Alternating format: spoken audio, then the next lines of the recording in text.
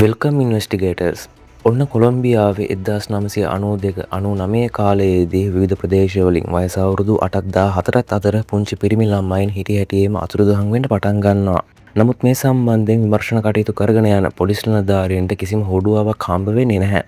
අතුරුදහන් වෙලා මාස කිහිපයකට පස්සේ ඒ පුංචි පිරිමි ළමයින්ගේ මල සිරුරු ඒ ප්‍රදේශවලින් හොයාගන්න පොලිසියට පුළුවන් වෙනවා. ඔන්න මිනිමරුවා මේ පිරිමි ළමයින්ව පැහැරගෙන ගිහිල්ලා දරුණු විදිහට දූෂණය කරලා බොහොම වදහිංසා දීලා තමයි මරලා දාලා තියෙන්නේ. කොහොම නමුත් මේ හැම මිනිමරුමකම පැටර්න් එකක් තියෙනවා කියලා විමර්ශන කටයුතු වලදී පොලිස් නිලධාරීන්ට තේරෙනවා. අන්න ඒක නිසා මේක දාම ඝාතකයෙක්ගේ වැඩක් කියලා පොලිසිය හොයාගන්නවා. ඉතින් මේ දාම ඝාතකයා කවුද? ඒ දාම ඝාතකයා ඒ විදිහට පුංචි පිරිමි ළමයින්ව පැහැරගෙන ගිහිල්ලා මරලා දාන්නේ අයියා. සිද්ධිය සම්බන්ධ විමර්ශන කටයුතු කරන පොලිස් නිලධාරීන්ට මොන වගේ හොඩුවාවන් හම්බෙයිද? මේක පිටිපස්සේ හැංගිලා තියෙන ඒ අභිරහස මොකක් වෙන්න පුළුවන්ද? ඔන්න ඔය වගේ උත්තර නැති ප්‍රශ්න ගොඩක් එක තමයි අද මම අරගෙන ආපු අන්තිම තප්පරේ වෙනකම් මිනිමරුවා කවුද කියලා හිතා ගන්නවත් බැරි මේ කේස් එකේ කතාව පටන් ගන්නෙ. ඉතින් ඉන්වෙස්ටිගේටර්ස්ලා හැමෝටම ආරාධනා කරනවා මේ සුපිරිම කේස් එකේ සම්පූර්ණ කතාව දැනගන්න වීඩියෝ එකේ අවසාන විනාඩිත් එක්ක බලන්න එන්න කියලා. ඒ වගේම වීඩියෝ එකට යන කලින් මතක් කරනවා හැමදාමත් වගේ සුපිරිම කේසස් ඔයාලා ළඟටම අරගෙන එන අපේ මිස්ටර්න් YouTube channel එක subscribe කරලා ඊට හැපැත්තෙන් තියෙන bell icon එකත් click කරලා තියාගෙන ඉන්න අමතක කරන්න එපා. හරිනේ, එහෙනම් වැඩි කතා නැතුව අපි යමු වීඩියෝ එකට.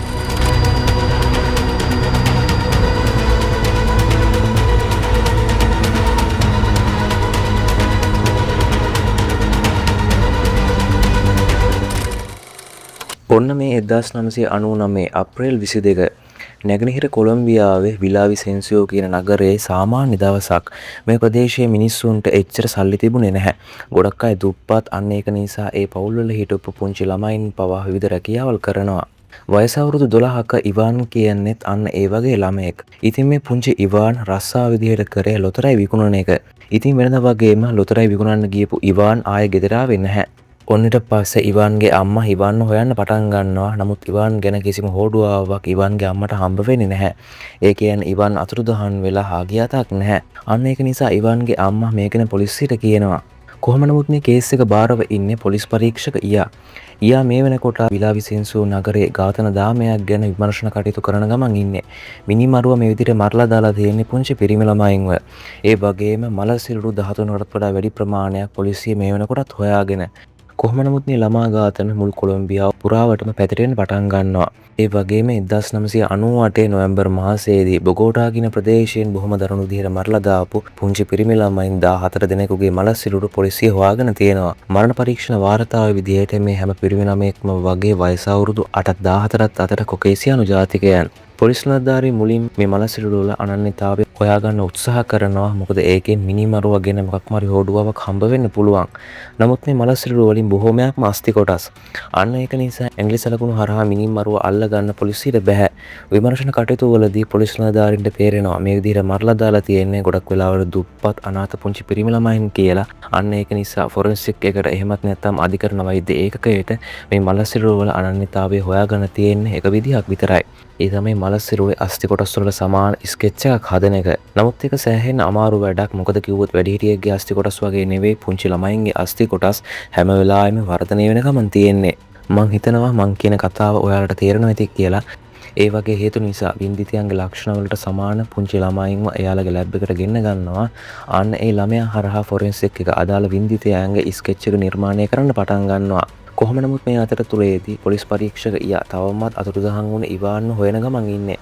ඉතින් පොලිස් පරීක්ෂක ඊයා මිනිමරුම් සිද්ධ වුණු සහ මල සිරුරු හම්බුණු ඒ ප්‍රදේශ පරීක්ෂා කරලා බලන්න පටන් ගන්නවා. ඊයාට මේ ගැන හිතා ගන්නවත් බෑ. මොකද මේ හැම ප්‍රදේශයක්ම වගේ ජනාකීර්ණයි. අන්න ඒ වගේ ජනාකීර්ණ ප්‍රදේශයක කිසිම කෙනෙක්ට මල සිරුරු වල දුර්ගන්ධය දැනුන්නේ නැති අය. ඒ වගේම ඒ ළමයින්ව පැහැරගෙන ගිහිල්ලා ඝාතනය කරද්දි කෑ ගහන සද්දයක්වත් මේ මිනිස්සුන්ට ඇහිලා තිබුණේ නැහැ. අන්න ඒක නිසා පොලිස් පරීක්ෂක ඊයා තවත් පොලිස් නිලධාරීන් යොදවලා මේ ප්‍රදේශවල තත්ත්වය පරීක්ෂා කරලා බලනවා. මේ මිනිස්සු හැසිරෙන්නේ කොහොමද? සැකසහිත හැසිරීමක් කාගේ හැරි තියෙනවද කියලා. නමුත් මේ හරහා පැහැදිලි හොඩුවාවක් ඊයට හම්බ වෙන්නේ නැහැ. කොහොම නමුත් මේ හැම ප්‍රදේශයකම වගේ ගස් කොළන් වලින් වට වෙලා සමහර විට ඒකත් මේ මිනිමරුම් ගැනවත් අතුරුදහන් වීම ගැනවත් මිනිස්සුන්ට තේරෙන්නේ නැති එකට හේතුවක් වෙන්නේ නැති කියලා ඊයට තේරෙනවා.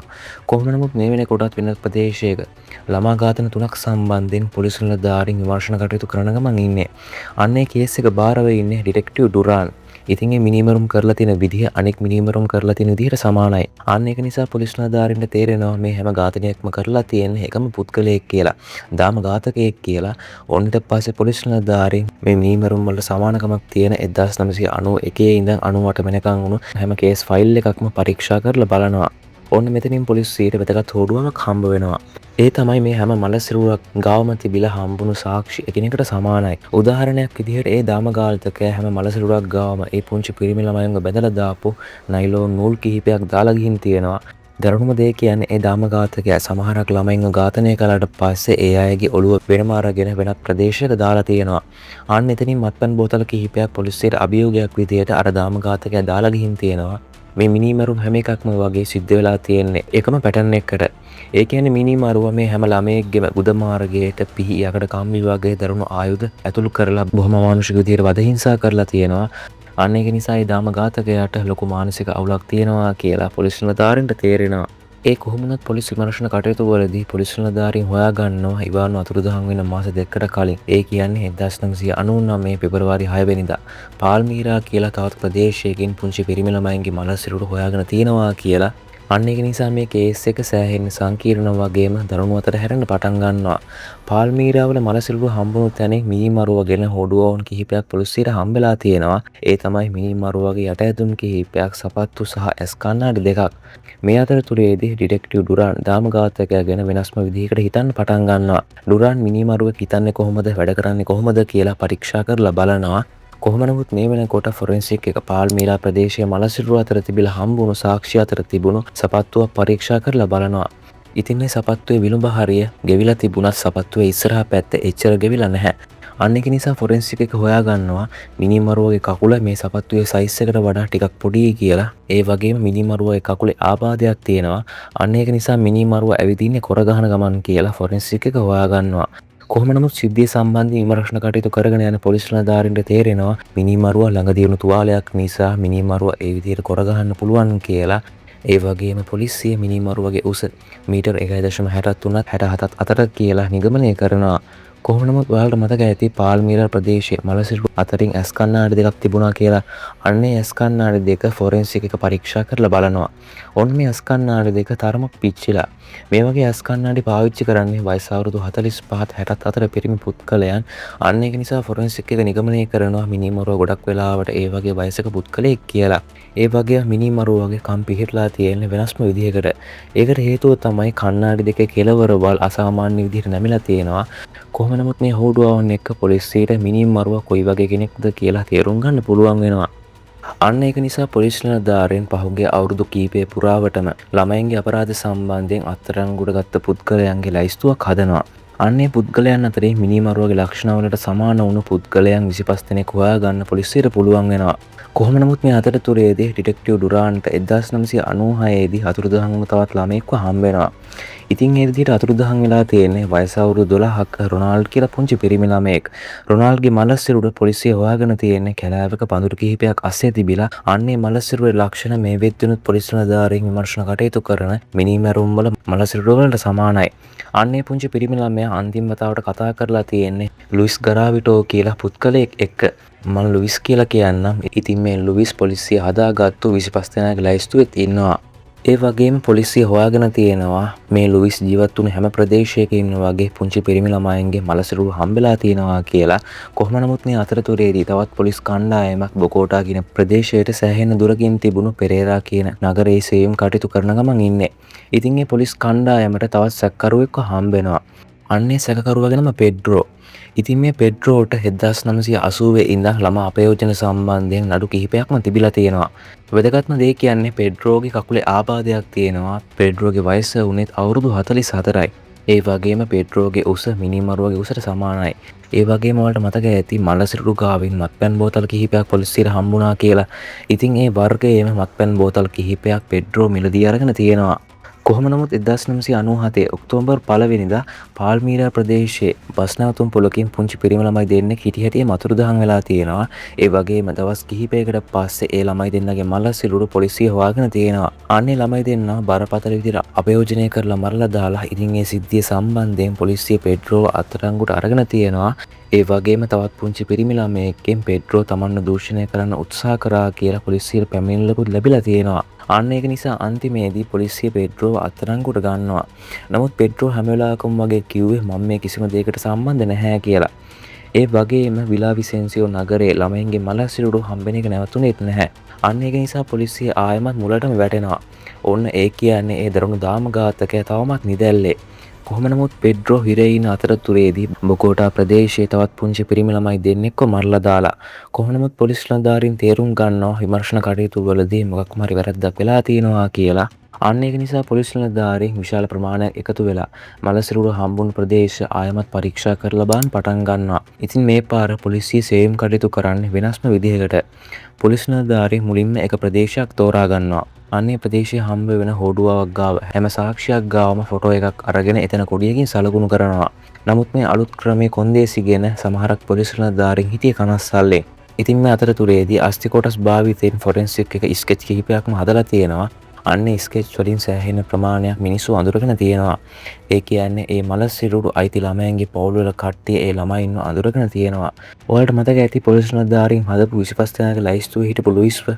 ඉතින් ඩිටෙක්ටිව් ඩුරාන් ඇතුළු පිරිසට ලුයිස්ගේ සහෝදරයක් ගැන දැනගන්න ලැබෙනවා.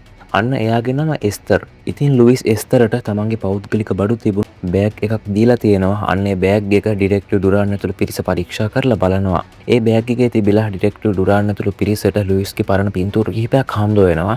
නමුත් මේ අතරතුරේදී ඩුරාන්ට හම්බ වෙනවා අර පෙරේරා කියන ප්‍රදේශයේ ෆාමසි එකකින් ලුයිස් ගත්තු රිසිට් එකක්. ඉතින් අන්නේ ෆාමසි එකේ ලිපිනේ හොයාගෙන එතනින් ලුයිස් ගත්තේ මොනවද කියලා පරීක්ෂා කරලා බලන්න තවත් පොලිස් කණ්ඩායමක් පිටත් වෙනවා. කොහොම නමුත් මේ අතරතුරේදී ඩිටෙක්ටිව් ඩුරාන්ට වැදගත් හෝඩුවක් හම්බ වෙනවා. මේ විදිහට මේ බෑග් එකකින් ඩුරාන්ට හම්බ වෙන්නේ ලොතරැයි කිහිපයක්.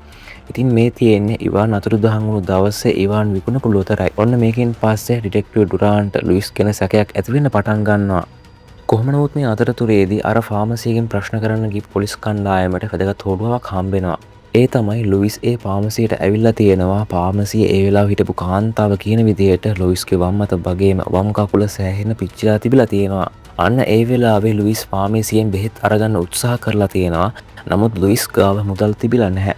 අන්න ඒක නිසා ඒ පාමසියේ හිටපු කාන්තාව ලුයිස්ට බෙහෙත් දීලා නැහැ. කොහොම නමුත් එතනින් පස්සේ ලුයිස් ගැන කිසිම ආරංචියක් නැහැ. කොහොම නමුත් දැන් පොලිසිය කොටස් කිහිපයකට බෙදලා තියෙන්නේ. එක කොටසක් ලුයිස් ගැන හොඩුවාවන් හොයනවා. තවත් කොටසක් මලසිරුරු හම්බුණු ප්‍රදේශ පරීක්ෂා කරලා බලනවා. අනිත් කොටස අතුරුදහන් වුණු ඉවාන් හොයනවා. ඉතින් ඉවාන් හොයන පොලිස් නිලධාරීන් කණ්ඩායමට ඉවාන් ගැන හොඩුවාවක් හම්බ වෙනවා. ඉවාන් අතුරුදහන් වුණු දවසේ රෑ පොලිසිය හදිසි ඇමතුම් ඒකකයට කෝල් එකක් එනවා. කතා කරන පුද්ගලයා කියන්නේ Tamanට කරදර කරන්න උත්සාහ කරලා ඉතින් බේරිලා ආපු පුංචි පිරිමි ළමයෙක් එයාගේ ළඟ ඉන්නවා කියලා. ඉතින් ඊට පස්සේ පොලිස් නිලධාරීන් ඉවාන්ගේ අම්මත් එක්ක කරගෙන අදාළ ස්ථානට යනවා. ඔන්න ඒ විදිහට බේරිලා ඇවිල්ලා තියෙන ඉවාන් කොහොම නමුත් ඊට පස්සේ පොලිස් නිලධාරීන් ඉවාන්ගෙන් ප්‍රශ්න කරන්න පටන් ගන්නවා. ඉවාන් කියන විදිහට එක මිනිස්සෙක් ඉවාන්ට කරදර කරලා තියෙනවා. අන්න ඒ වෙලාවේ තවත් මිනිස්සෙක් ඇවිල්ලා ඉවාන්ව බේරගෙන තියෙනවා. ඉතින් ඉවාන්ට කරදර කරපු පුද්ගලයාගේ නම බොනිෆාසියෝ මොරාලෙස්. මම බොනී කියලා කියන්නම්. කොහොම නමුත් මේ පොලිස් නිලධාරීන් හදපු 25 දෙනාගේ ලයිස්තුවේ බොනීගේ නම නැහැ. නමුත් පොලිස් නිලධාරීන් බොනීව අත්අඩංගුවට ගන්නවා. කොහොම නමුත් පොලිස් පරීක්ෂක ඊයා බොනීගෙන් ප්‍රශ්න කරන්න පටන් ගන්නවා. කොහොම නමුත් මෙතනදී පොලිස් පරීක්ෂක ඊයාට වැදගත් හෝඩුවාවක් හම්බ වෙනවා. පොලිසිය බොනීගෙන් මේ කේස් එකේදී අත්සන් කිහිපයක් අරන් තියෙනවා. නමුත් මේ හැම අත්සනකම වෙනස්කම් තියෙනවා කියලා පොලිස් පරීක්ෂක ඊයාට තේරෙනවා. කොහොම නමුත් පහුවෙනිදා මේ කේස් එක සම්බන්ධයෙන් විමර්ශන කටයුතු කරන හැම නිලධාරියෙක්ම ගෙන්නවලා එක සමුළුවක් පටන් ගන්නවා. මේ අතරතුරේදී පොලිස් පරීක්ෂක ඊයා ඉවාන්ව දූෂණය කරපු ඒ පුද්ගලයාගේ පින්තූරය අතින් අරගෙන යන ගමන් ඉන්නේ. ඉතින් ඔන්න මේ සමුළුව මැදදී පොලිස් පරීක්ෂක ඊයා අනික් හැම නිලධාරියෙක්ටම ඇහෙන්න කියනවා කොලොම්බියාවේ පුංචි ළමයින්ව මරලා දාපු ඒ දරුණු දාම ඝාතකයව අපි දැනටමත් අල්ලගෙන ඉවරයි කියලා. ඊට පස්සේ ඊයා තමන්ගේ අතේ තියෙන පින්තූරය අනිත් හැමෝටම පෙන්නනවා. ඉතින් ඩිටෙක්ටිව් ඩුරාන් ඇතුළු පොලිස් නිලධාරියන්ට කට උත්තර නැහැ. ඉතින් ඔයාලා හිතන්නේ ඒ පින්තූරයේ ඉන්නේ කවුද? ඒ වෙන කවුරුවත් නෙවෙයි ලුයිස්. ඉතින් මන් දන්නවා ඔයාලට ගොඩක් ප්‍රශ්න ඉතුරු වෙලා තියෙනවා කියලා. ඉතින් ඒ හැම ප්‍රශ්නයක්ම මන් දැන් පැහැදිලි කරන්න. ඔයාලට මතක ඇති ඩිටෙක්ටිව් ඩුරාන් ඇතුළු පිරිස හොයාගත්තා කියලා ලුයිස් පෙරේරා කියන ප්‍රදේශයේ ෆාමසියකින් බෙහෙත් ගත්තා කියලා. නමුත් ඒ ෆාමසියෙන් ලුයිස්ට බෙහෙත් දුන්නේ නැහැ. ඒ වගේම එතනින් පස්සේ ලුයිස් අතුරුදහන්. නමුත් ලුයිස් ඇත්තටම අතුරුදහන් වෙලා නැහැ. ලුයිස් වෙනම අනන්‍යතාවයක් පාවිච්චි කරලා තියෙනවා. ඉතින් අන්නේ අනන්‍යතාවය අනුව ලුයිස්ගේ නම උනේ බොනිෆාසියෝ මොරාලෙස්. නමුත් ඉවාන් බොනීව අඳුරගත්තානේ. එතනින් පස්සේ පොලිස් නිලධාරීන් බොනීව අත්අඩංගුවට ගත්තා. ඉතින් එදා පොලිස් පරීක්ෂක එයා බොනීගෙන් මේ සම්බන්ධව ප්‍රශ්න කරා. අන්න එතනදී එයාට දැනලා තියෙනවා බොනී හා ලුයිස් කියන්නේ දෙන්නෙක් නෙවෙයි එක්කෙනෙක් කියලා. ඒ වගේම බොනී අර ලියකියවිලි වල අත්සන් කරලා තිබුණේ වෙනස් විදිවලට. අන්න ඒ වෙලාවේදී තමයි පොලිස් පරීක්ෂක එයා මේ ඉන්නේ බොනී නෙවෙයි ලුයිස් කියලා අඳුරගෙන තියෙන්නේ. කොහොම නමුත් බොනීගේ DNA පරීක්ෂාවකින් එයා දැනගන්නවා අර මලසිරුළු ගාවින් හම්බුණු DNA බොනීගේ DNA එක ගැලපෙනවා කියලා. ඒ වගේම ඒ මලසිරුළු අතරින්ම හම්බුණු ඇස් කණ්ණාඩි දෙක පවා බොනීගේ කියලා පොලිස් පරීක්ෂක එයා හොයාගන්නවා. කොහොම නමුත් එයා මේ ලුයිස්ගේ පුංචි කාලේ එයා ගත කළේ කොහොමද කියලා පරීක්ෂා කරලා බලනවා. ඔන්න ලුයිස් පුංචි කාලේ ලුයිස්ගේ තාත්තා සෑහෙන්න බොන්න පුරුදු වෙලා තියෙනවා. අන්න ඒක නිසා ලුයිස් තාත්තා ගෙදර ඉන්න හැම වෙලාවෙකම ගෙදර ඉන්නේ බයෙන්. අන්න ඒක නිසා ලුයිස් පුංචි කාලෙදම ගෙදරින් එළියට ගිහින් වෙනත් ප්‍රදේශවල ඇවිදින්න පුරුදු වෙලා තියෙනවා. ඉතින් ඒ කාලයේදී ලුයිස් විවිධ මිනිස්සු අතින් සෑහෙන වතාවක් අපයෝජනය වෙලා තියෙනවා. කොහොම නමුත් ප්‍රශ්න කිරීම අතරතුරේදී ලුයිස් තමන් තමයි දාමඝාතකයා කියලා පිළිගන්නවා. ඒ වගේම ලුයිස් හරහා තවත් පුංචි පිරිමි ළමයි 140 දෙනෙකුගේ මල්ලසිරුඩු පොලිසිය හොයාගන්නවා. ඉතින් අන්තිමේදී ලෝකයේ භයානකම දාමඝාතකයා වැඩිම ප්‍රමාණයක් මරලා දාලා තියෙන දාමඝාතකයා වශයෙන් ලුයිස්ගේ නම ගිනිස් වාර්තා පොතට පවා යනවා.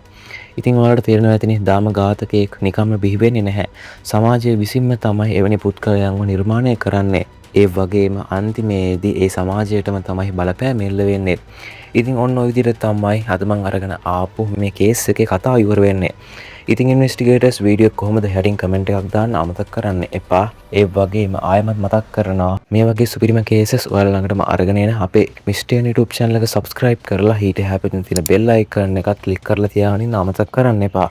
හරිනේ එහෙනම් අපරාධ ලෝකයේ නොදුරු තැන් වල තව සුපිරිම explanation අත්දැකීමක් එක්ක අපි තව සුපිරිම කේස් එකකින් හම්බෙමු. ඔයාලා හැමෝටම සුබ දවසක්.